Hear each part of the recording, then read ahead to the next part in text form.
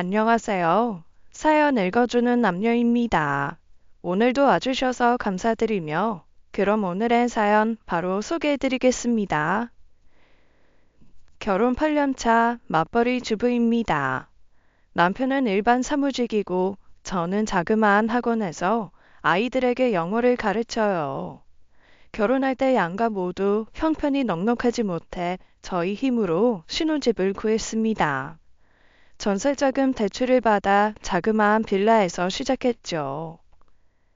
앞으로 돈 관리 내가 하고 싶은데 괜찮아? 안 내키면 각자 하든가. 아니야, 자기가 해. 알아보니까 아내가 돈 관리하는 게 훨씬 낫더라고. 알아보다니 내가 나름 주변 사람들 대상으로 조사 좀 했거든. 조사 결과 아내가 돈 관리하는 게 압도적으로 낫다는 결론이 났어. 돈도 빨리 모으고 집도 빨리 사고. 남편과 결혼을 결심한 가장 큰 계기 중 하나가 돈에 대한 관념이었습니다. 제가 어려서부터 워낙 힘들게 자라서 돈에 대해 조금 민감한 편이거든요. 그렇다고 짠순이는 아니었지만 절대 허튼 데 돈 쓰지 말자가 제 인생 철학입니다. 남편도 저와 비슷했어요. 2년 연애하면서 쓸데없는 돈 쓰는 모습은 못 봤거든요. 무엇보다 저는 결혼 후 빨리 내 집을 마련하고 싶었습니다. 그래서 나름 꼼꼼하게 계획도 세웠죠. 그렇다고 악착같이 아끼고 무조건 절약하며 살진 않았어요. 고기도 자주 먹었고요. 차도 있었으니까요. 아이는 일부러 미룬 건 아닌데 이상하게도 안 생기더군요. 처음엔 그냥 그러려니 했는데 3년쯤 됐을 때부터는 조금 초조해지기 시작했습니다. 니네는 따로 자니? 네? 아닌데요. 한 침대에서 자요. 내가 왜 이런 거 물어보는지 알지? 네. 재촉하는 건 아니고 걱정돼서 물어보는 거야. 평생 둘이 살 거 아니면 그래도 빨리 낳는 게 낫잖니. 시어머니 말씀이 맞죠. 저희도 아이 없이 둘이서만 살 거라는 생각은 안 했거든요. 그런데 기뻐해야 할 임신 소식을 어이없는 일을 계기로 알게 됐습니다. 어느 날부턴가 남편 월급에서 60만 원씩 이상한 곳으로 빠져나간다는 사실을 알게 됐어요. 김진성? 자기야, 김진성이 누구야? 지난달에도 이번 달에도 왜 이 사람한테 60만 원씩이나 보내는 거야? 아, 그거 내가 알아서 할 테니까 그냥 냅둬.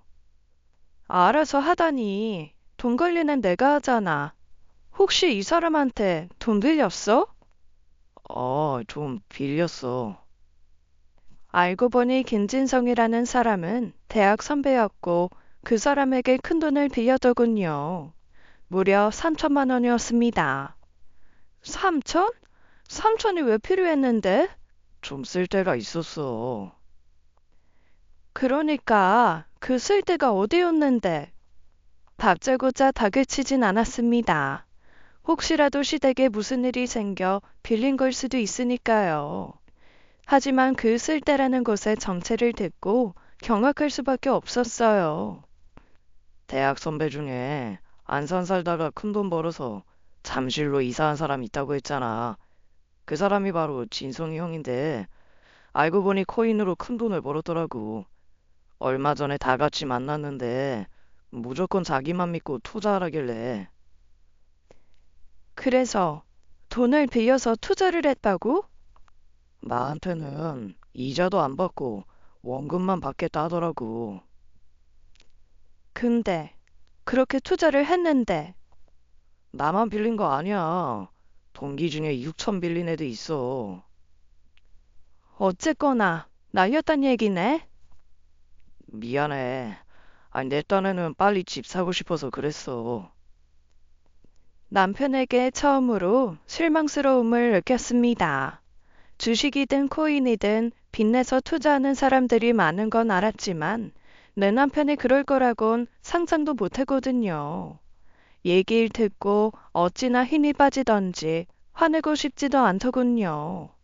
솔직히 화내봤자 남편은 미안하단 소리만 하게 뻔하고 날아간 돈이 돌아올 것도 아니잖아요. 게다가 그날 유난히 컨디션이 안 좋아 엄청 피곤하기도 했는데 300도 아닌 3천이라는 돈 때문에 도통 잠을 잘 수가 없었습니다. 그러다 새벽쯤에 배가 아파오기 시작했고 아침에 병원에 갔더니 아이가 유산이 됐다더군요. 그렇게 전 임신 사실을 유산 후에 알게 됐습니다. 한 달에 60이면 적은 돈이 아니었기에 그 전보다 아껴 써야 했어요.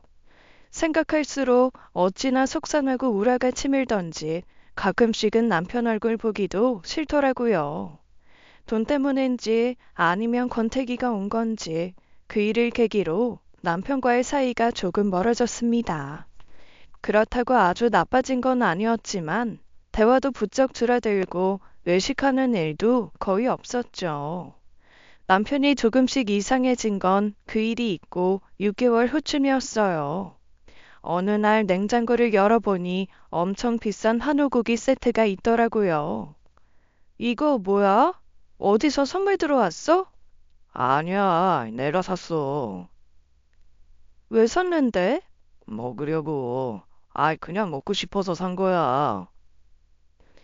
그때까지만 해도 그러려니 했습니다. 다른 것도 아니고 먹는 것 같고 타박하긴 싫더라고요. 그런데 며칠 후 남편의 지갑이 바뀌어 있었습니다. 명품이었어요. 그것도 흔하디 흔한 명품이 아닌 돈 100만 원 넘는 지갑이더라고요. 지갑 샀어? 좋은 거네? 전에 쓰던 거 너무 오래 썼잖아. 뭐 바꿀 때 돼서 산 거야. 당근에서 샀어?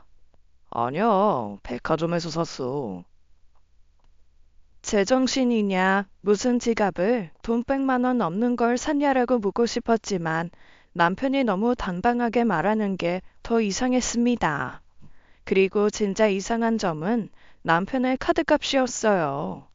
돈 100 넘게 오바되겠다 했던 결제 금액이 다른 달과 별 차이가 없더라고요. 오히려 전달에 비해 30만 원쯤 적었죠. 하지만 거기에서 끝이 아니었습니다. 그 후로도 남편은 생전 안 하던 소비를 막 하더군요. 비싼 신발, 비싼 옷도 사입고 갑자기 골프를 배우겠다며 골프용품도 사고 골프 옷도 사드리고 느닷없이 집에서 운동하겠다며 로잉머신을 들이더라고요. 저건 대체 얼마쯤 하는 건가 하고 검색해보니 무려 230만 원짜리였습니다. 기껏 사놓고 운동은 왜 안 해? 몇 번 했어. 아, 근데 생각보다 힘들더라고. 힘들어야 운동이 되지. 기왕 산 거니까 열심히 해. 그냥 내버려두기 아깝잖아. 한두 푼짜리도 아닌데. 알았어, 할 거야. 아이, 그리고 제발 돈 타령 좀 그만해라. 입만 열면 비싸네, 싸네, 아깝네, 어쩌네. 돈 아끼는 건 좋은데, 궁상 떨 필요는 없잖아. 남편의 그 말은 제게 상당히 충격이었습니다. 궁상 떤다는 말은 주로 제가 남편에게 했던 말이거든요. 보풀이 일어날 대로 일어난 스웨터를 아무렇지 않게 입고 운동하고 멈청 달았는데도 죽어도 그 신발이 편하다며 매일 신고 다니고 무조건 양 많이 주는 식당만 골라 다니길래 그때마다 궁상 좀 그만 떨라고 했었거든요. 그랬던 남편이 갑자기 왜 저러는 걸까? 들어오는 월급은 변함이 없는데 무슨 돈으로 저렇게 막 쓰는 걸까? 어디서 꽁돈이 생긴 건지 아니면 남편의 마인드가 변한 건지 그때부터 묘하게 겁이 나기 시작했습니다. 얼마 후 남편 없이 저 혼자 시댁에 갈 일이 있었습니다. 마침 시어머니 생신을 며칠 앞두고 있었는데요.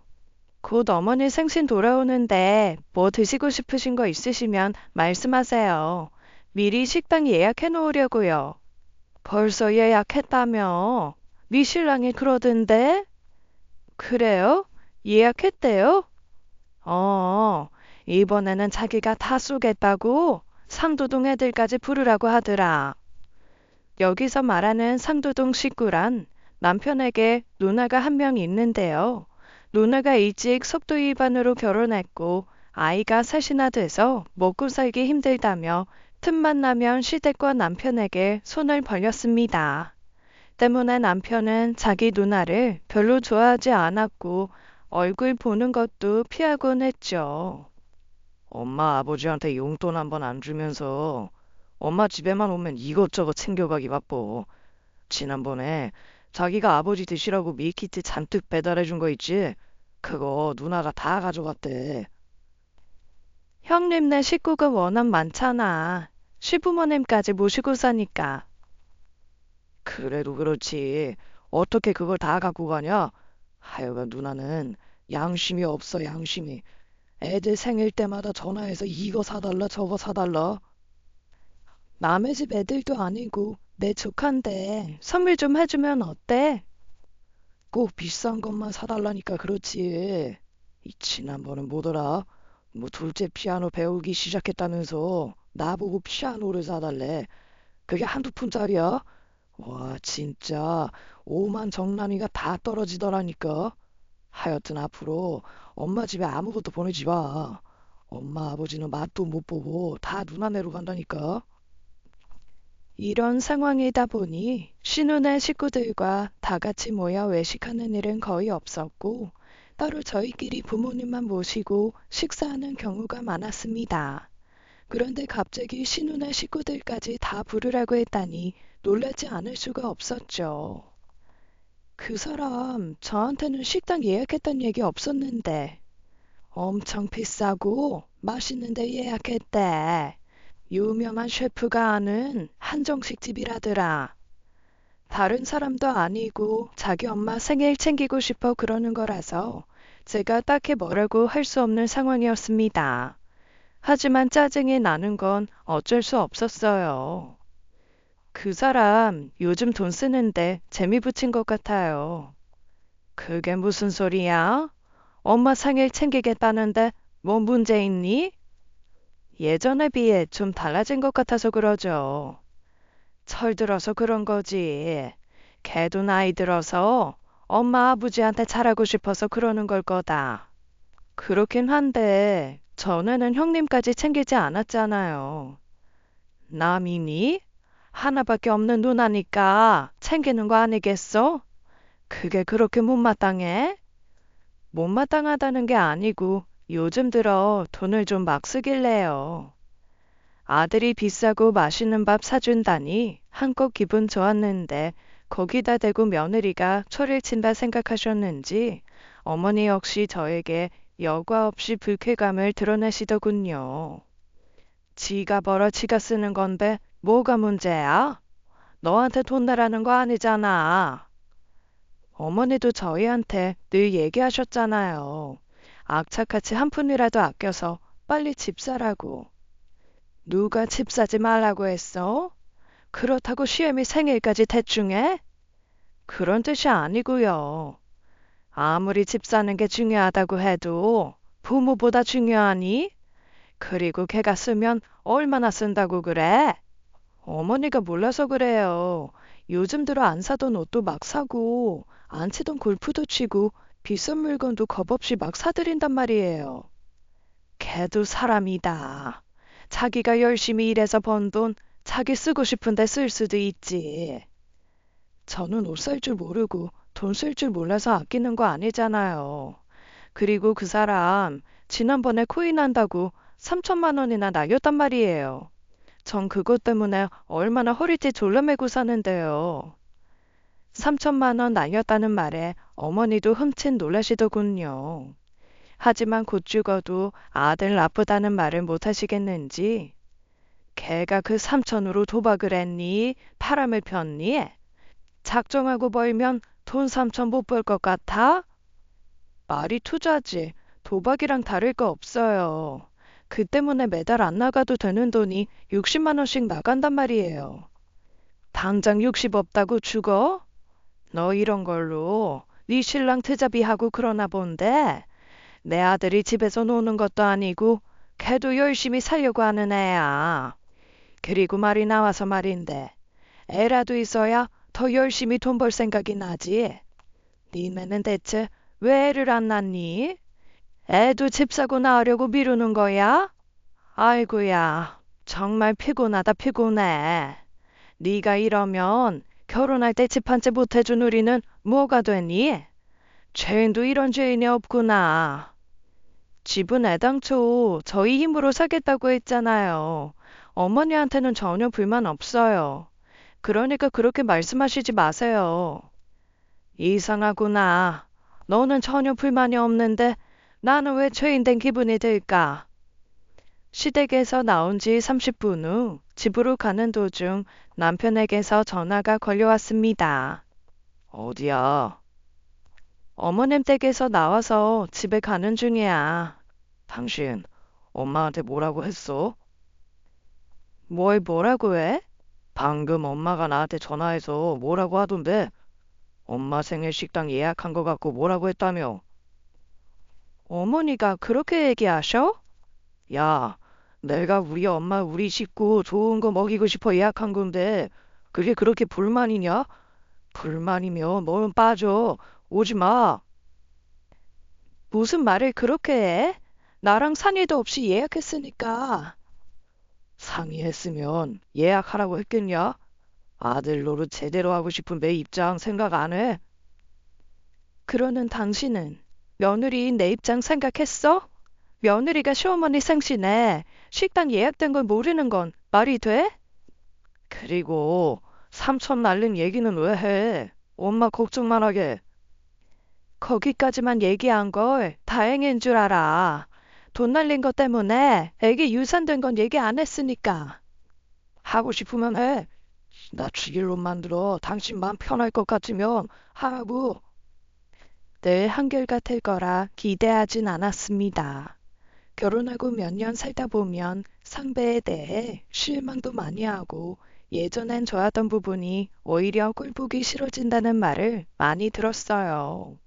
그래서 언젠가 저에게도 그런 날이 올 거라 생각했어요. 하지만 남편은 이상해도 너무 이상하게 변했습니다. 180도 바뀌었다고 할까요? 모든 것이 소름 끼치게 낯설었죠.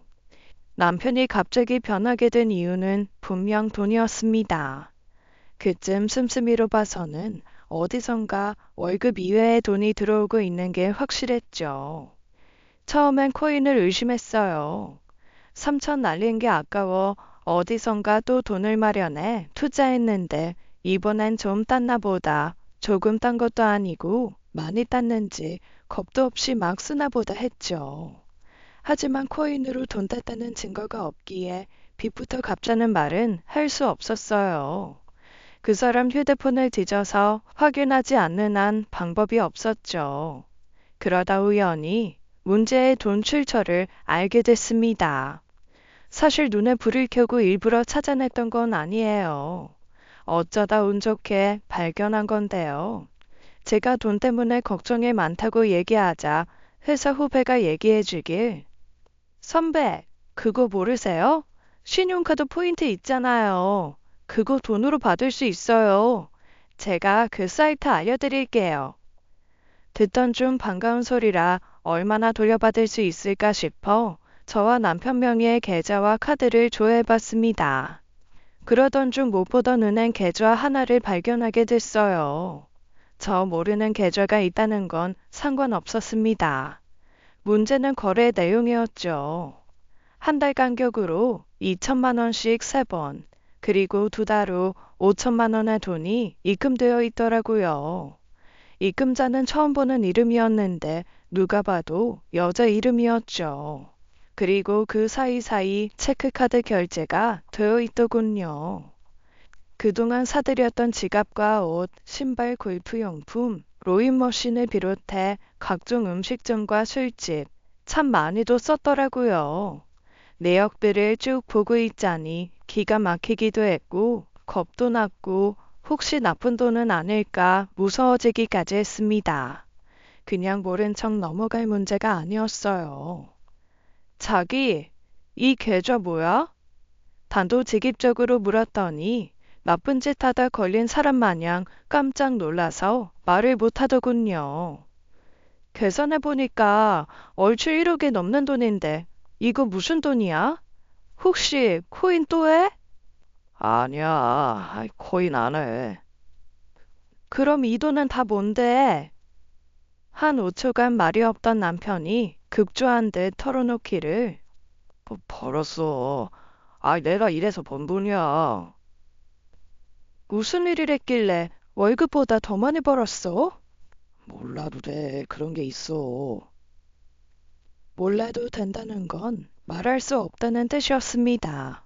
비밀에 붙이고 싶었는데 들켰을 때나 하는 말이죠. 하지만 전 그 돈의 출처를 알아야만 했습니다. 적은 돈이면 모르고 넘어갈 수 있어. 아니, 적은 돈이었으면 묻지도 않았을 거야. 근데 이렇게 큰 돈이 들어왔는데 어떻게 그냥 넘어가? 나쁜 돈 아니야. 써도 되는 돈이야.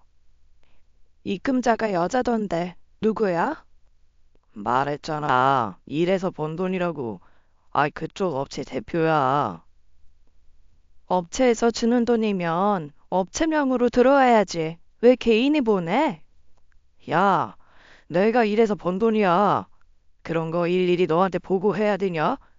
월급이 적어서 회사 모르게 다른 일 좀 했어. 훔친 돈 아니니까 상관 마. 무언가를 숨기려는 사람은 상대가 꼬치꼬치 캐물으면 꼭 화를 내곤 하죠. 그 사람도 그랬습니다. 자리에서 벌떡 일어나 소리를 치고 손에 들고 있던 리모컨을 내동댕이 치고 괜히 거실을 이리저리 왔다 갔다 하더라고요. 훔친 돈이라고 안 했어. 뭘 해서 번 돈인지 모르지만 당연히 벌었겠지. 하늘에서 뚝 떨어진 돈은 아닐 테니까. 근데 나한테 일일이 보고해야 되냐고? 당연히 나한테 말했어야 되는 거 아니야? 어디서 돈 10만 원 꿍돈 생겼는데 말 안 했다고 이러는 게 아니잖아. 무려 1억이 넘어. 1억이. 근데 나는 몰라야 돼? 우리 부부 아니야? 너도 참 웃기다. 지난번에 내가 3천 날렸다고. 그동안 내 계좌 조사하고 다녔냐? 혹시 또 삥땅 치는 돈 있을까봐? 너는 남의 계좌 함부로 조회해놓고 참 당당하다. 남의 계좌? 함부로 조회했다고?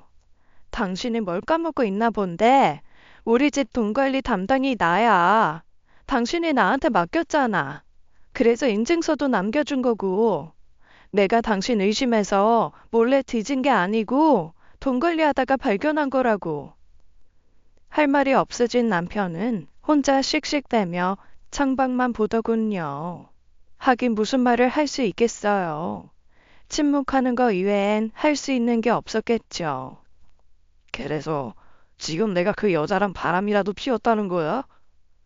얘기 돌리지 마.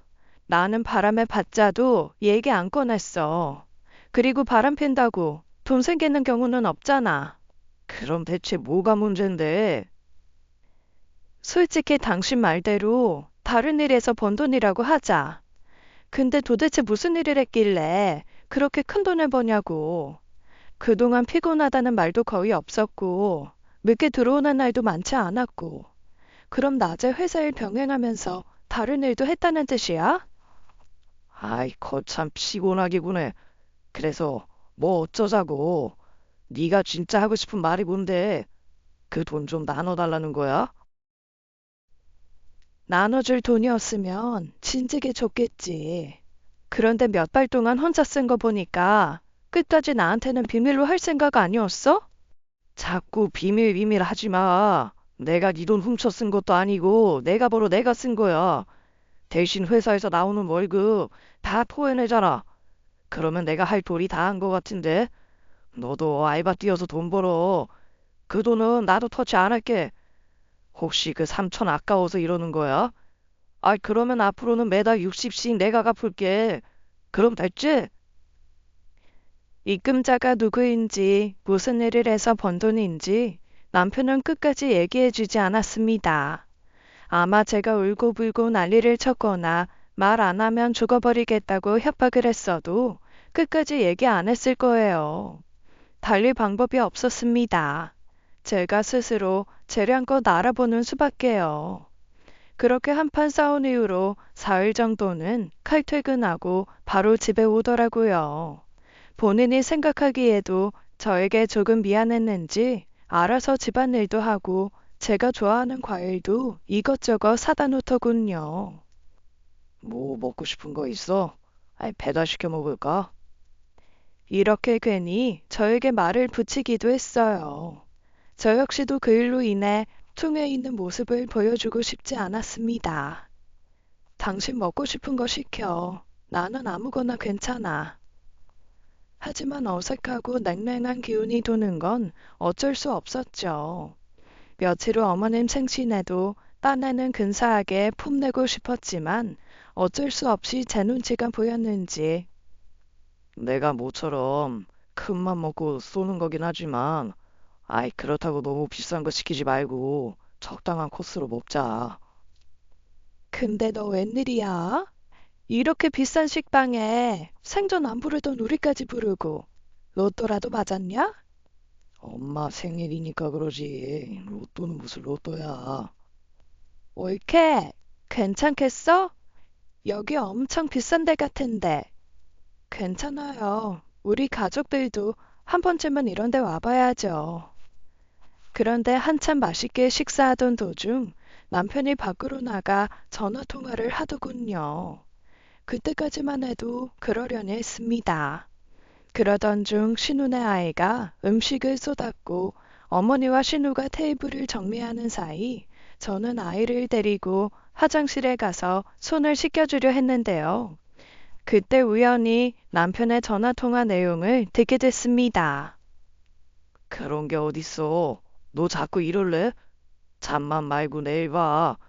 집에다가는 대충 야근한다고 뻥치면 되잖아. 누구랑 통화를 하는 걸까? 상대가 누구인지 전혀 알 수 없었습니다. 하지만 알아낸 건 있었죠. 내일 퇴근 후에 누군가를 만난다는 사실을요. 다음 날 아침, 보통은 버스로 출퇴근하는 남편이 웬일로 차를 갖고 나가더군요. 차를 갖고 나간다는 건 저녁 약속이 있다는 뜻이기도 했습니다. 그래서 저는 조금 일찍 퇴근을 하고 불이 나게 남편 회사 근처로 갔어요. 회사 업무용 차를 빌려 남편 회사 건물 지하 주차장에 차를 세우고 남편 차를 지켜보고 있었죠. 6시 15분 남편이 주차장으로 내려와 차에 오르더군요. 그런데 10분이 지나고 20분이 지나도록 출발을 안 하는 거예요. 대체 차 안에서 혼자 뭘 하는지 알 수가 없었습니다. 그런데 한 30분쯤 지났을까 한 여자가 다가와 남편 차에 타더군요. 그리곤 곧바로 차가 움직였어요. 여자는 대체 누굴까? 같은 건물에 있는 여자인가? 아니면 일부러 여기까지 찾아와 남편 차를 오른 건가? 일단은 남편 차를 따라가 보자 했죠. 하지만 주차요금 결제하느라 약간의 시간을 지체했고 밖으로 나오니 그 사이 남편 차는 어딘가로 사라져 버렸습니다. 그리고 그날 밤 남편은 12시가 다 돼서 들어왔더군요. 술도 마신 것 같지 않았고 기분도 좋아 보였어요. 여태 누구 만난 거야? 일 때문에 거래처 사람 좀 만났어. 이 시간까지? 술도 안 먹고? 아유, 업무 얘기하느라 밥 먹고 커피만 마셨어. 분명 거짓말이었습니다. 혹시나 해서 남편의 계좌를 확인해 봤어요. 하지만 저에게 들킨 이후로 입출금 내역이 전혀 없더군요.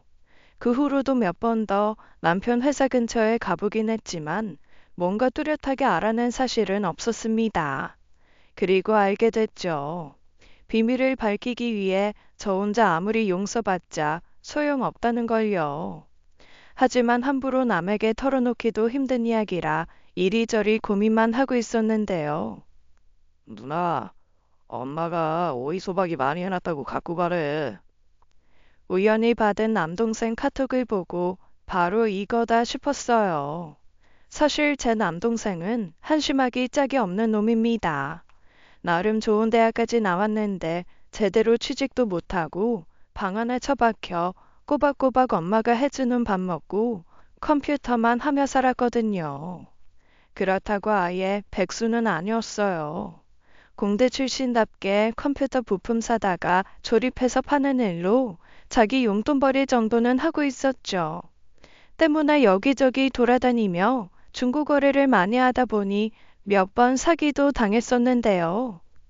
다른 사람은 몰라도 나는 사기 안 당해. 내 돈 먹고 튄 놈은 무슨 수를 써서라도 잡아내거든. 한 번은 25만 원 먹고 튄 놈 잡으려고 장대비가 쏟아지는 와중에 4시간 기다려서 잡은 적도 있어.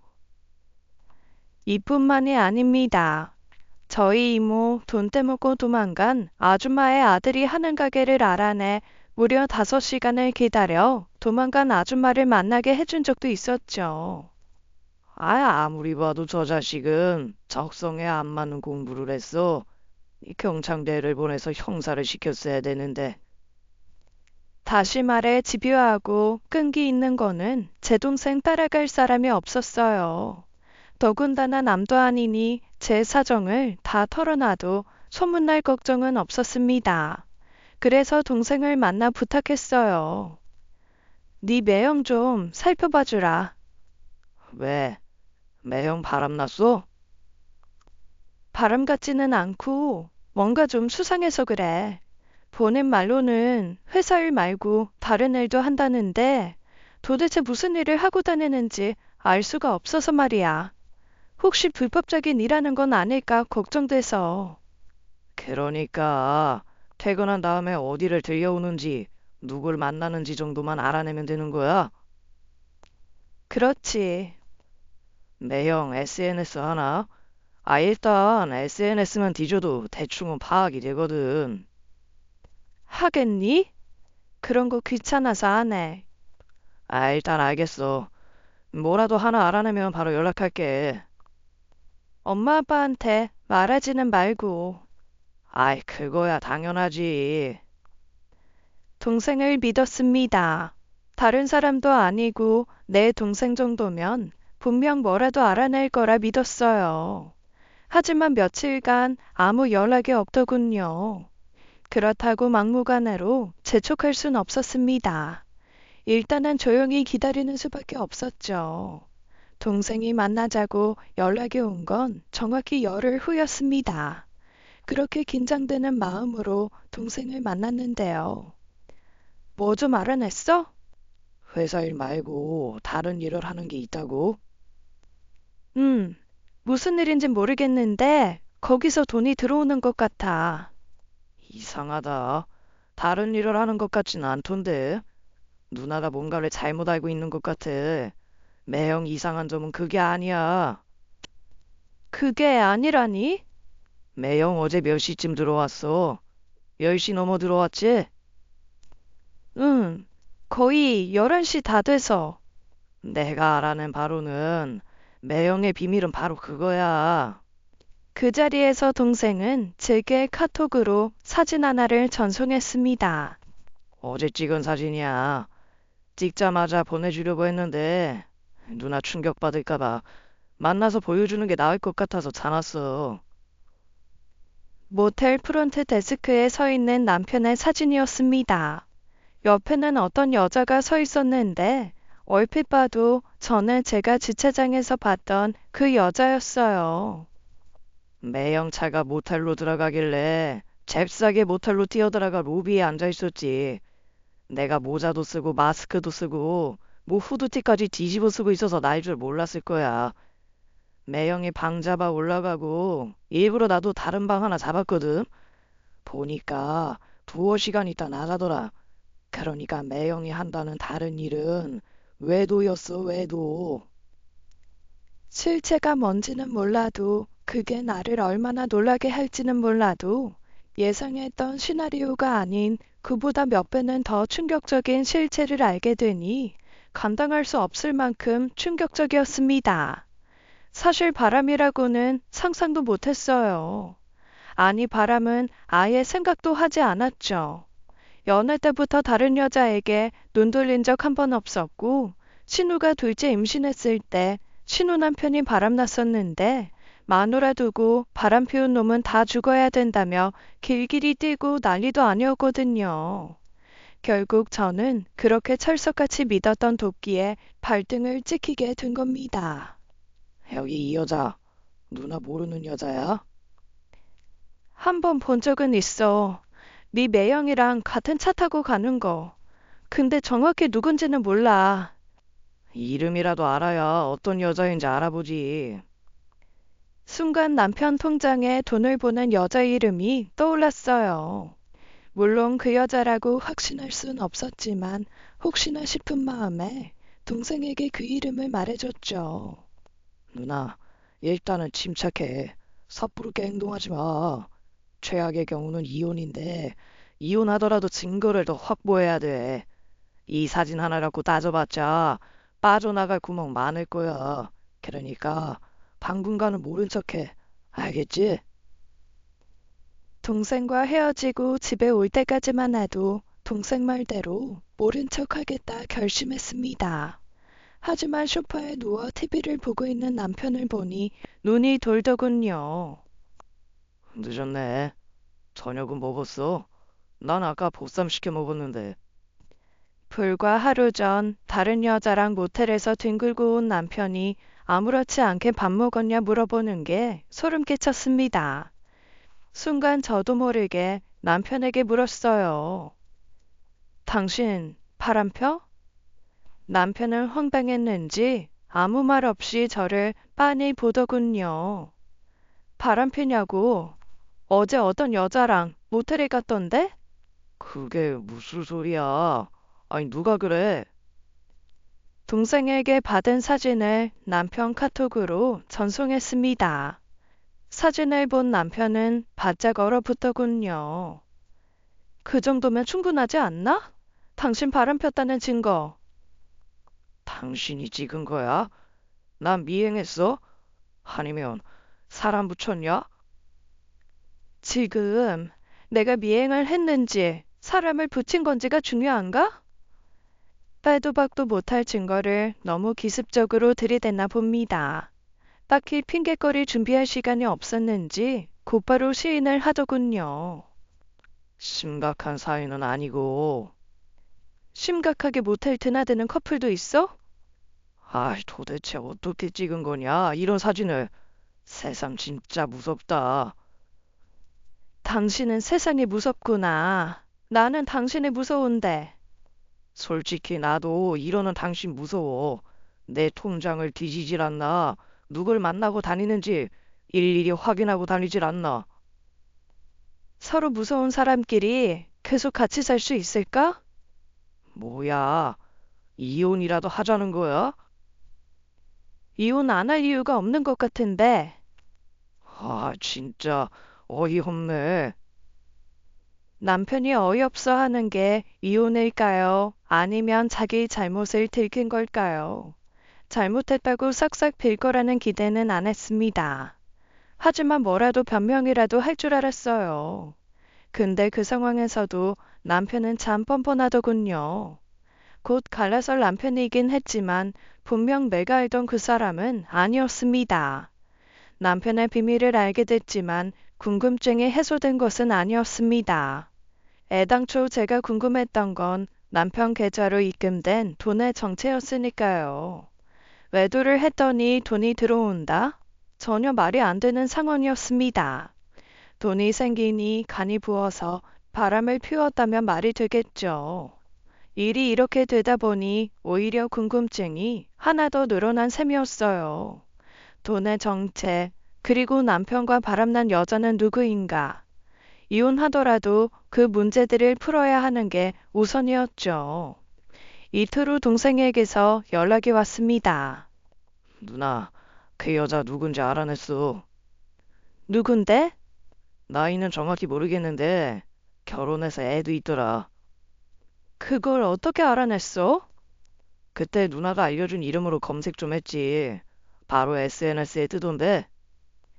대체 그 여자는 누구길래 내 남편과 바람을 피고 거액의 돈까지 입금해주는 걸까?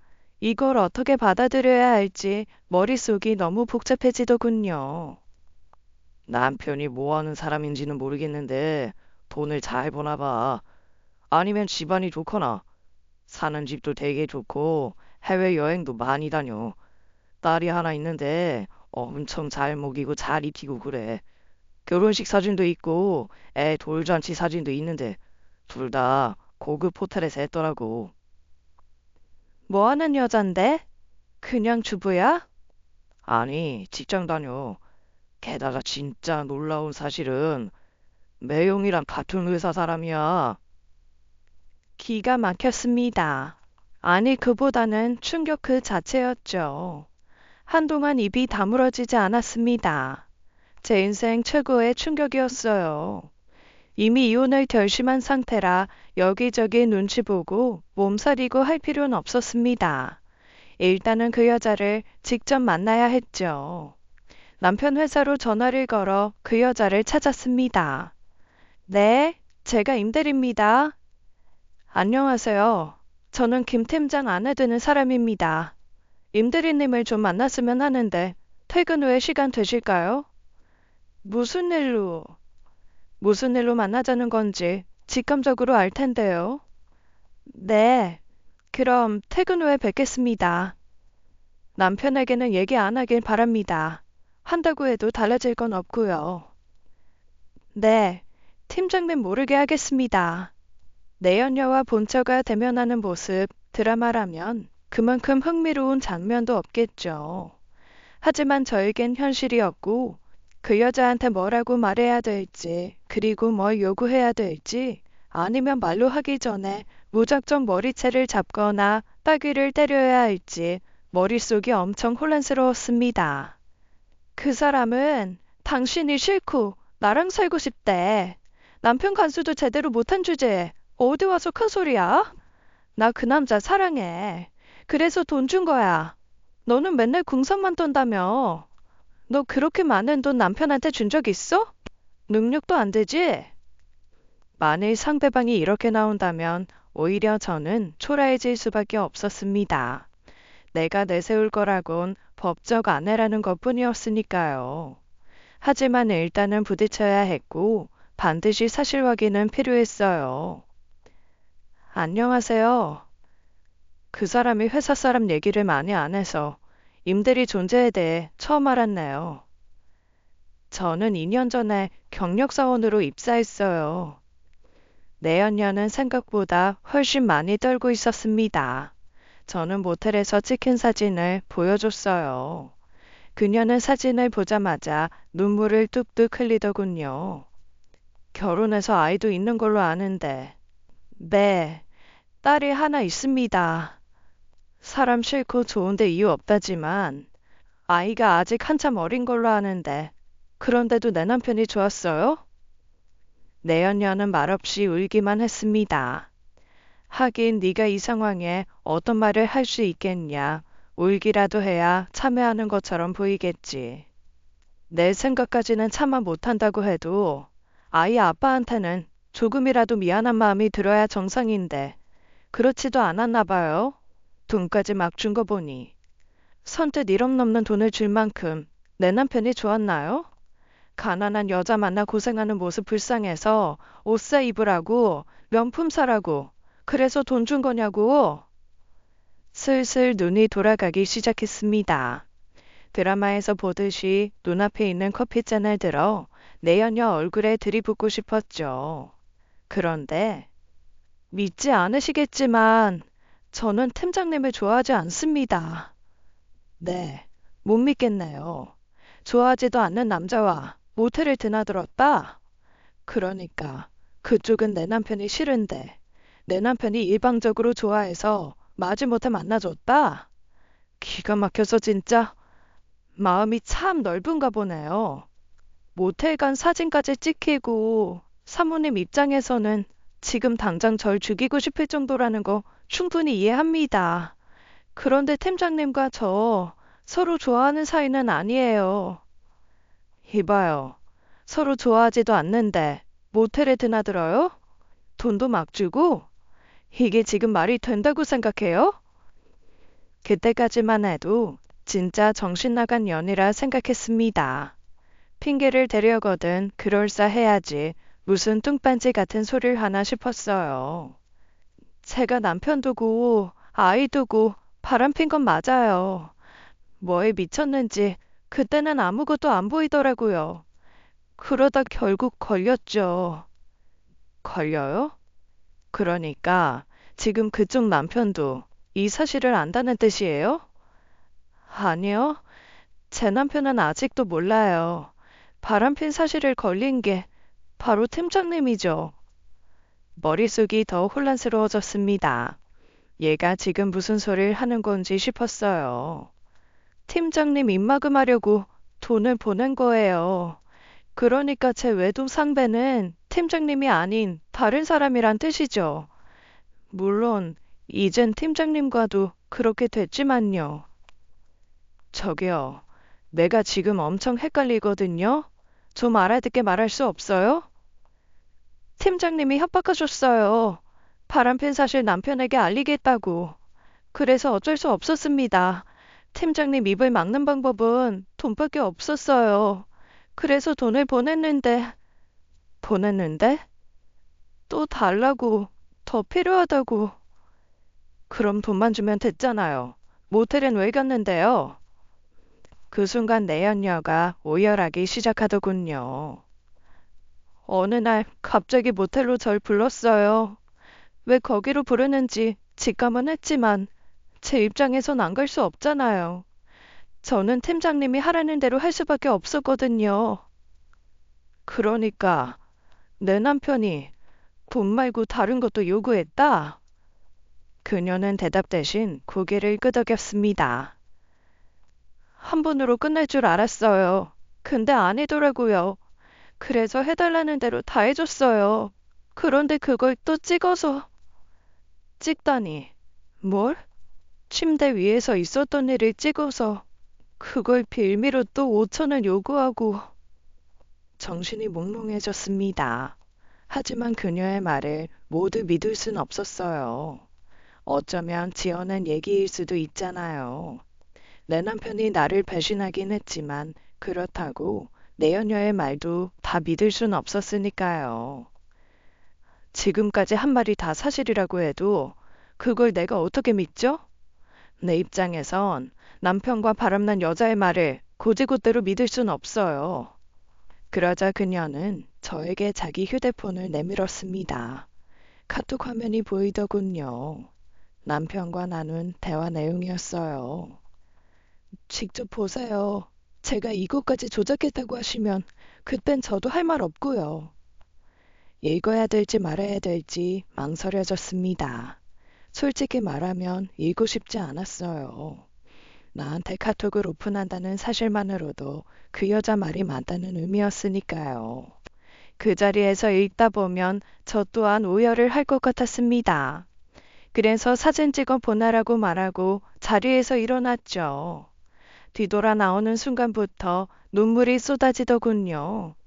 이렇게나 잔인하고 사악한 인간과 결혼해서 함께 살았던 제 스스로가 너무나도 끔찍해 구토가 쏟아져 황급히 화장실로 달려갈 수밖에 없었습니다. 화장실에 앉아 있는데 카톡이 울렸습니다. 방금 전 그녀가 보내준 남편과 나눈 카톡 화면이었죠. 한 줄 한 줄 읽을 때마다 숨을 쉴 수 없을 만큼 심장이 뛰었습니다. 이번 주까지 지난번 그 계좌로. 이번 주까지는 어렵습니다. 죄송해요. 그럼 다음 주까지. 대신 내일 저녁 놀자. 지난번처럼. 네, 그러겠습니다. 내가 임대리 남편 전화번호 알고 있다는 거 몰랐지? 지금이라도 당장 동영상 전송할 수 있어. 팀장님, 이건 범죄예요. 제발 그러지 말아주세요. 범죄? 그럼 너 죽고 나 죽고 해볼까? 죽을 거 아니면 돈으로 해결하든가. 돈을 또요? 얼마를요? 이 동영상 가치가 얼마나 될까? 임대리 인생이 걸린 건데 통 크게 쓰는 게 어때? 5천 가자. 내고 불가. 이 카톡을 쓴 사람이 내 남편이 맞는지 여러 번 확인했습니다. 카톡 프로필에 저와 신혼여행 가서 찍은 사진이 떡하니 있더군요. 그 사진을 보니 주고 싶을 만큼 부끄러웠습니다. 그날 밤 한숨도 잘 수가 없었어요. 어쩌면 남편의 저질스러운 만행을 무시하고 그냥 이혼할 수도 있었습니다. 그걸 빌미로 위자료는 더 받아낼 수 있겠죠. 하지만 이대로 그냥 조용히 도장 찍기엔 저까지 나쁜 사람 되는 것 같기도 했고 누군가를 지옥에 계속 가두는 일이 될 수도 있었습니다. 쓸데없는 정의감, 오지랖? 네, 그럴 수도 있겠죠. 그치만 남편의 범죄를 그냥 두고 볼 순 없었어요. 다음날 임대리를 다시 만났습니다. 제가 먼저 연락해서 만나자고 했죠. 나는 이혼할 거예요. 이미 그 사람과 얘기도 끝냈고 서류만 준비하면 돼요. 근데 약간 마음이 바뀌었어요. 합의 이혼이 아닌 소송으로 갈까 해요. 상간녀 소송도 함께 하실 건가요? 글쎄요. 거기까지는 생각 안 했지만 아마 안 할 것 같네요. 나까지 돈 달라고 하면 임대리가 너무 힘들 것 같아서요. 감사합니다. 생각해보니 내가 이혼하게 되면 그 사람은 앞으로 임대리를 더 괴롭히겠죠? 아마도 그렇겠죠. 그냥 기분 탓인지 모르겠지만 전날 내가 한숨도 못 잤듯이 그녀 역시 한숨도 못 잔 표정이었습니다. 당연히 그랬겠죠. 모르긴 몰라도 저보다 훨씬 더 괴로웠을 겁니다. 내 남편에게 돈도 뜯기고 몸도 뜯기고 나한테는 머리채 잡히면 어쩌나 걱정되고 무엇보다 본인 남편이 알까 매 순간 가슴 졸이고 있을 테니까요. 바람 한번 핀 대가가 너무 가혹하다라는 생각이 든 건 아닙니다. 하지만 이 모든 상황이 그녀를 사지로 몰고 있긴 했어요. 계속 그렇게 살 거예요? 네? 김 팀장이 언제 끝날 것 같아요? 그 사람 입장에선 나한테 위자료 주고 나면 그게 다 임대리 탓이라고 앞으로 더 피말릴 게 뻔해요. 절대 안 끝나요, 그 지옥. 그치만 저는 빠져나갈 방법이 없어요. 다리 한쪽을 포기하더라도 쇠사슬을 끊고 빠져나오는 게 맞아요. 포기라면 뭘? 지옥에 살면서 가족을 지킨다면 그게 과연 제대로 지켜질까요? 남편한테 솔직히 털어놓으란 말씀이세요? 계속 이렇게 살면 언젠간 남편도 알게 될 게 뻔해요. 그녀는 또다시 울기 시작했습니다. 울지 마라 달래고 싶진 않았어요. 아이가 걸린다는 거 잘 알아요. 이대로 이혼하면 아이도 뺏길 거고 어쩌면 비참하게 버려지겠죠. 그치만 그 정도는 감수해야 돼요. 받아야 될 벌이라는 거 본인도 알잖아요. 네, 나는 내 남편 용서 못해요. 날 두고 다른 여자랑 모텔에 드나든 것도 용서 못하고 그보다도 임대리한테 했던 말과 행동 절대 용서할 수 없는 짓이니까요. 엉킬 대로 엉킨 매듭 꼭 풀길 바래요. 뭐가 옳은 길인지 나도 임대리도 잘 알잖아요. 이번에도 임대리는 눈물만 뚝뚝 흘리며 고개를 끄덕였습니다. 어제 나한테 보내준 카톡들 그것만으로도 충분할 거예요. 서둘러 경찰서 가서 고발하세요. 혹시라도 내가 나서야 될 일 생기면 꼭 연락하고요. 단지 임대리를 도와주는 게 아닌 반드시 해야 할 일을 하는 거니까. 전날처럼 울고 있는 임대리는 남겨두고 곧바로 변호사 사무실에 들려 이혼 소장을 작성했습니다. 집으로 돌아오는 길에 임대리에게 메시지가 오더군요. 얘기해 주신 대로 엉켜있는 매듭 잘 풀어보겠습니다. 용기 주셔서 감사해요. 현관문을 열고 돌아오니 남편이 식탁에 앉아 라면을 먹고 있더군요. 서류 준비 내가 해. 위자료는 얼마 주면 돼? 미친 인간. 대화를 나누는 것도 눈 마주치는 것도 몸서리가 쳐질 만큼 싫었습니다. 하지만 할 말은 해야 했죠. 나 임대리 만났어. 걔도 당신하고 모텔 간 거 인정하더라.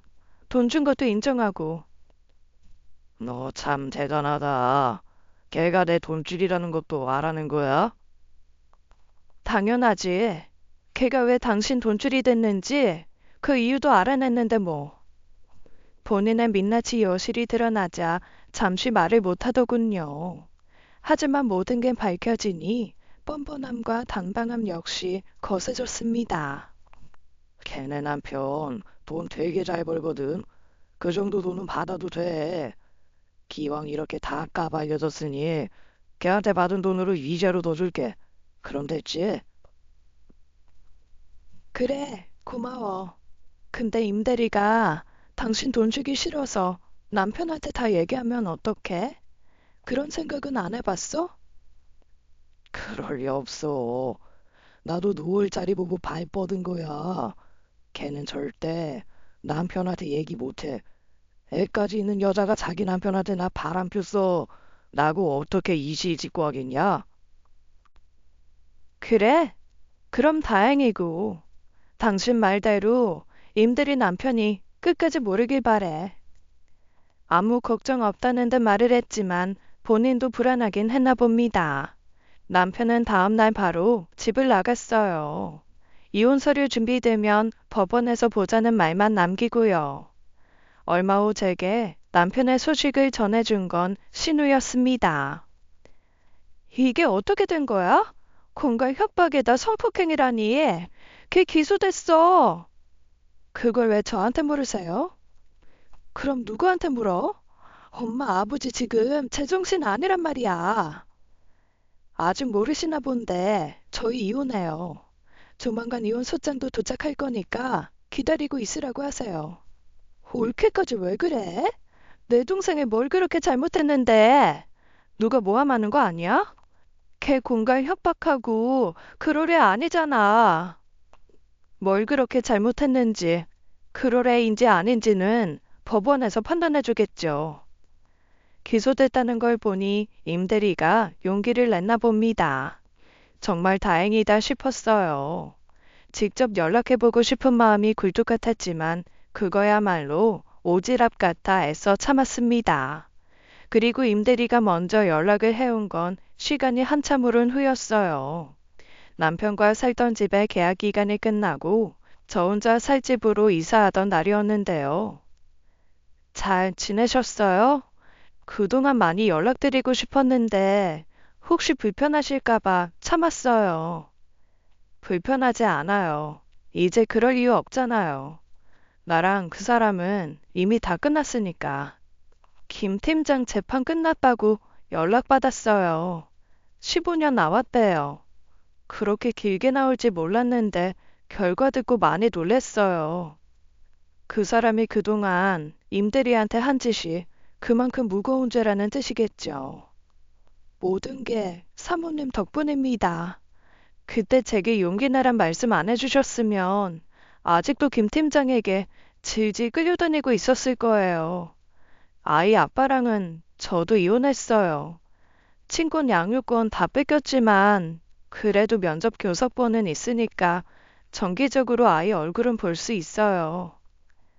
임대리는 최대한 차분하게 얘기하고 있었지만 그 순간에도 울고 있다는 걸 바로 알 수 있었습니다. 임대리, 어쩌다 보니 우리가 한 남자를 두고 이상하게 엮인 사이가 됐네요. 그치만 악연이라고 생각하진 않을게요. 우리 둘 다 그 남자 때문에 이혼녀가 됐지만 이게 맞는 것 같아요. 나는 헤어져야 될 사람과 헤어진 거고 임대리는 잘못한 일에 대한 책임을 진 셈이고. 네, 맞아요.